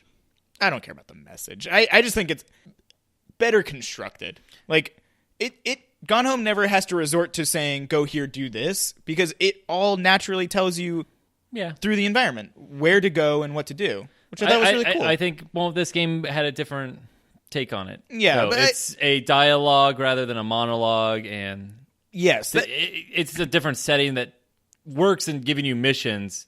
And it's not that you have a mission every day. Like, clearly you're going to sit around, and they don't show it works better all as the a days game. where you're doing nothing. Yeah. So just most of the days where you're doing nothing. But there are things that happen when you do this. So I thought that was cool that there was these little moments you get to see. You know, I think, out of like 80 days where you're doing this, 5 of them are interesting, which I think is cool that you go through those. I thought it was like, I don't know. I was bored a lot more in this game than I was in Gone Home. Because that was one of my questions was I was going to ask is how often did you get bored in this? Anytime I had to walk between areas that, I don't know. Every once in a while, it's just like, just don't make me walk. I don't know. I didn't want to walk. I was so tired of walking back and forth through the exact same. The more I walked it, the more I was like, the first time I walked it, I was like, wow, this is so open. I can't believe they designed this so well.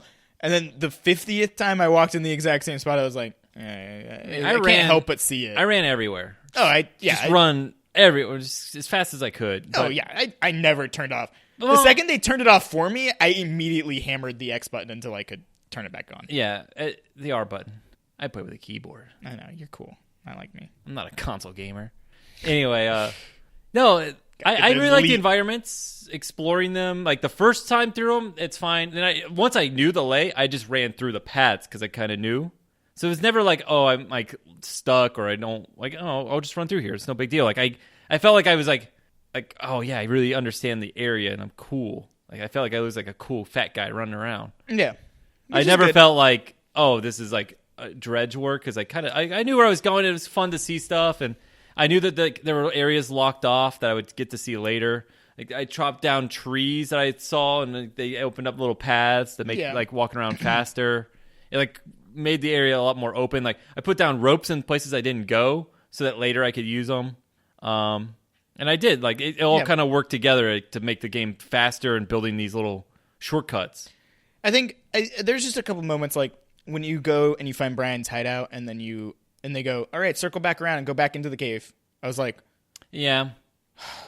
I was in that moment. I was on a high, and then it said that, or I realized that that's what I had to do, and I was just like, great. I think there was one thing I missed. There was a set of bushes I never cleared that I really wanted to. Yeah, there's a set of bushes somewhere, and I forgot about them, and I never. I'm sure it was nothing, but it's still. I'm gonna think about it forever. Like I said, there's just a couple moments where I was just like, yeah, hurry it along. Like, I know you have nothing to tell me in this section. Like, I enjoy talking. There's sections where you don't even talk. I feel like the only times there wasn't dialogue was towards the end, like with the fire. There's a couple. I made Delilah map one time, and she was like, all right, I'm going to stay off the radio. And I was like, oh, that's cool. Because it's like, you're kind of presented as kind of like, if you're mean to this person, you're going to be without anybody. Yeah. Was that the part where you listened in? Yeah. Yeah, I didn't. I was nice and just ignored it. I wish I had, because I was like, oh, you know what? It'd be better if they didn't realize. Exactly what I was thinking. Yeah, you were smart. I wasn't. I was like, who was that? And she was like, all right, fuck you. Yeah, and I was like... Also, who was that? Still don't know. Well, she says she talks to the other stations, which is another thing I was thinking about towards the end. I'm like, oh, well, she had a master radio, so never mind. Yeah. So yeah, she does have a master radio. She didn't have like a walkie-talkie. She just only talked to you because you're the sexy fat man. Well, you had a good personality. Yeah. You weren't Ron, who was like, I'm going to bone everyone. I'm going to bone everyone. Here's a candy bar. I'm going to kill PJ's sense of immersion. Immersion doesn't even realize. Yeah, and I guess the other thing I was going to ask was how you used your map, but we already answered that. I used it constantly and sickeningly. Yeah, I mean, you had the thing on. Yeah. The locator, which I didn't use. As soon as I opened up the game and I saw that option, I turned it off because I went, I'm going to get Yeah, immersed. you're a big man. Fuck you. I just wanted to see how long it would take before I turned it on. And like again, at some point I was like, I guess I don't really need it. Like, it's kind of cool. Like, I've read a bunch of things where it's like, yeah, turn it off and you just get used to things. Yeah. That's how you know if something has good map design too. Which I felt like it did. Like it had enough areas that were different that I knew. Note here where I say it has good map design. Yeah. It doesn't help that it's just what it is. And so going through it a million times, for me, bored me a little bit. I was a lot more interested in going through Gone Home's house. Yeah. Like, it's a small area that opens up in incredible ways where you're constantly amazed by how open the environment is in Gone Home. And I was never bored in that game. I was always like, oh, I want to go see the next thing. I want to go explore the house. Every room is a little treat. Whereas in this, and it's part of the flavor of this game where things aren't exciting. Well, that was going to be my next question. Have you ever gone camping? I have when I was little, but camping's for nerds, so no. See, like I used to go camping a lot, so I felt like that really captured that. Like this is like, oh yeah, the only thing that's missing in this game are animals. Though there are a few, and I thought there were none from what I had heard. But I did see basically are none. But I did see, and I heard there's a few more that I also didn't see, like a turtle maybe. I don't know. The elusive secret turtle. Yeah, I don't know. I heard that there's a turtle. But yeah, I mean, I wish there were more animals. Yeah. Because, I mean, just like the raccoon was fully realized. I was like, hey, there's a real raccoon here. Like, not like a shadow raccoon in the distance. Like, hey, that's really cool. I was really surprised that they didn't put just some shadow ducks to go with the duck quacks. Out on the pond, like... Yeah, I was like, why? Just put them out there. Like, don't give me the ambient noise right next to the lake and not put them there. Yeah. That I did think was strange. Like, you know, as a player, I have that expectation to turn and be like, ducks, and then move on. But when I turn and go, where are these fucking ducks? Like, they just had to stand there and move their heads a little, and I would have been fine. Or be so far away that it doesn't matter. Just have them glide across the water. They're in the no walk zone. Yeah, they're right over there. Zone. Yeah, thank you. You're welcome. I knew you wanted to... What's his name? I'm not even... What's Ray his name? Stramid, I think it is. I think that's his name. Anyway, that'll be our ending theme song. Game's pretty good. I like that a lot. I don't know if it's better than Gone Home. I don't think it is. It's just a different thing entirely.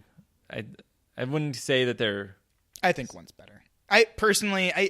I think... I don't... And I'm excising the, like, message and even, like, you know, any of that kind of stuff. I think Gone Home is a better designed game. Yeah. Which at the end of the day is what's important when it's a game. Like, could Firewatch have been a short? a series of shorts, probably. Yeah, you could Like- you could make another Firewatch with a whole different story, probably. But I mean, like aliens, hopefully. No, I mean, like it could have been shorts and not been a game at all. I mean, it would have lost a little bit, yes, for sure. You know what I mean? Like it definitely would have lost something in translation where like you can't make those choices, so it feels a little bit more empty. But it could have been to a higher degree than Gone Home can be anything other than a game, other than Katie's makes no fucking sense. Yeah. Other than her entire character. But, like, you couldn't have that same experience of going and exploring an old house and having that weird ghost story and have it turn into something else. Like, they have really similar plots. They do. That's what I didn't even, like, I made that joke earlier, but it really does have a very similar plot. Yeah. You think it's a murder mystery / ghost. You know, you think it's a spooky story, and then it's not. And here you think it's government, and it's actually kind of sinister, but not. Yeah, it's not really. It's just kind It's of a sad. creepy man who stalks you. Yeah. Which is real, not the fake murder house thing that was just a molester. Yeah. Who molested your dad, maybe. I don't remember which one. Because I don't remember anyone's last name in that game, Gone Home. But Which is another thing I wanted to look up, and I didn't, and I feel bad that I couldn't look it up. And there's books in this game that look similar to the books in Gone Home. yeah. Like, I'm I sure feel- there are multiple that is. I'm sure they're just Unity assets. Well, that could be. I didn't even think about that. But I feel like maybe that's probably like a little like nod to them because it feels so similar. Like clearly they were inspired. Yeah. Firewatch is good. I really like the dialogue. I think the dialogue is well worth the entire game. Yeah. I think the dialogue it is worth the price that I got because I feel like I got a movie quality dialogue. I know that we talked about prices last time. That's what I wanted to ask you about as well, is if you thought $17 to $20 is worth this game's little adventure. It's got really high production values, I think. It looks great, and I really felt my stomach sink when I read that notepad. I was like, whoa.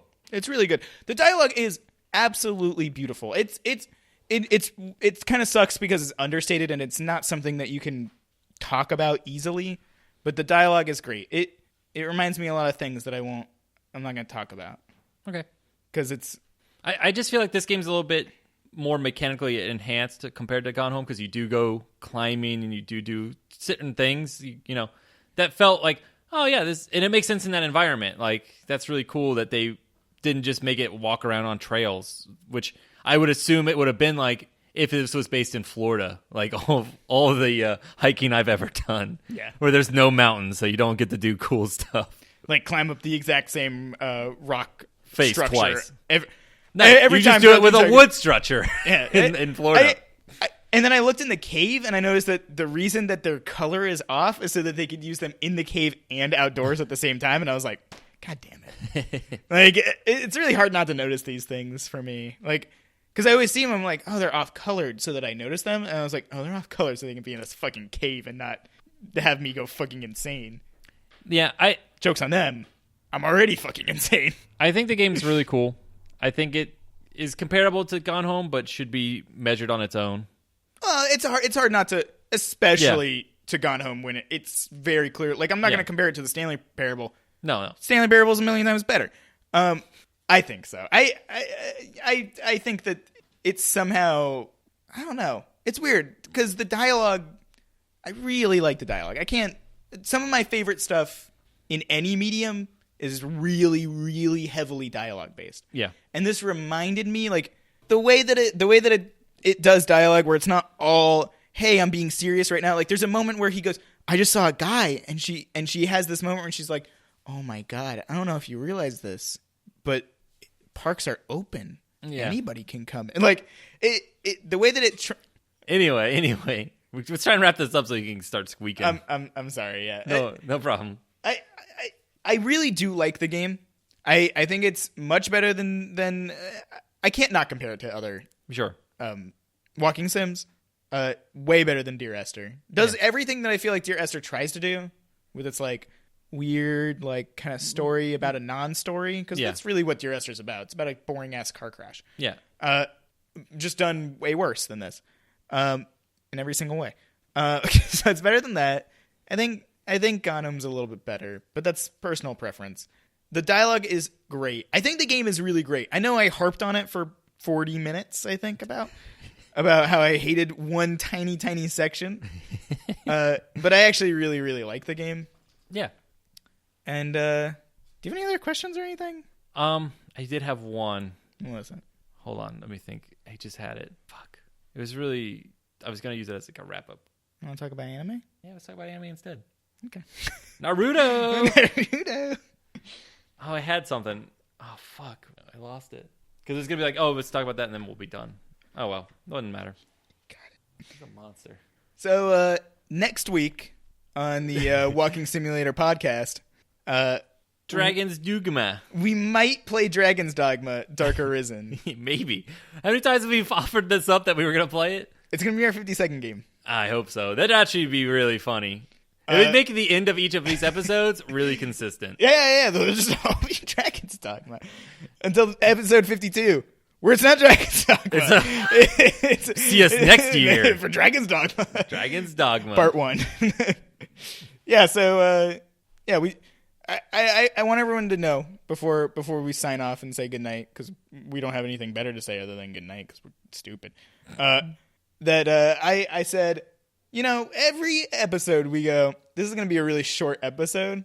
And this episode I went, every episode we say it's going to be a really short episode, but this one... The shortest. It's going to be the shortest episode by far. 30 minutes. I think I said like 15 minutes. I was like, we don't have that much to talk about. I know it's a 2-hour episode. It is. I can't even see it. The screen's black right now, and I know it's 2 hours. We're pulling away the curtain right now to tell you about our episode creation. Our episode creation? PJ rants for 40 minutes about something that doesn't matter. He goes, I'm going to make sure it's 2 hours. Jake will edit that one. Jake will edit that one. I'll take all the 50-minute ones. The ones that are really short and make it easy to upload. No, the ones that are 3 hours long, Jake has to edit and then figure out how to upload them because they don't work on WordPress. All right. Okay. Good night. Good night. Join us next week for Dragon's Dogma if Jake finishes it ever. I will. It'll be done. I'll get it this weekend. And then you get to hear Jake rant about something for 40 minutes. Yeah. And PJ go, but, as he cries tears of lonely tears down his cheek. All right. Goodbye.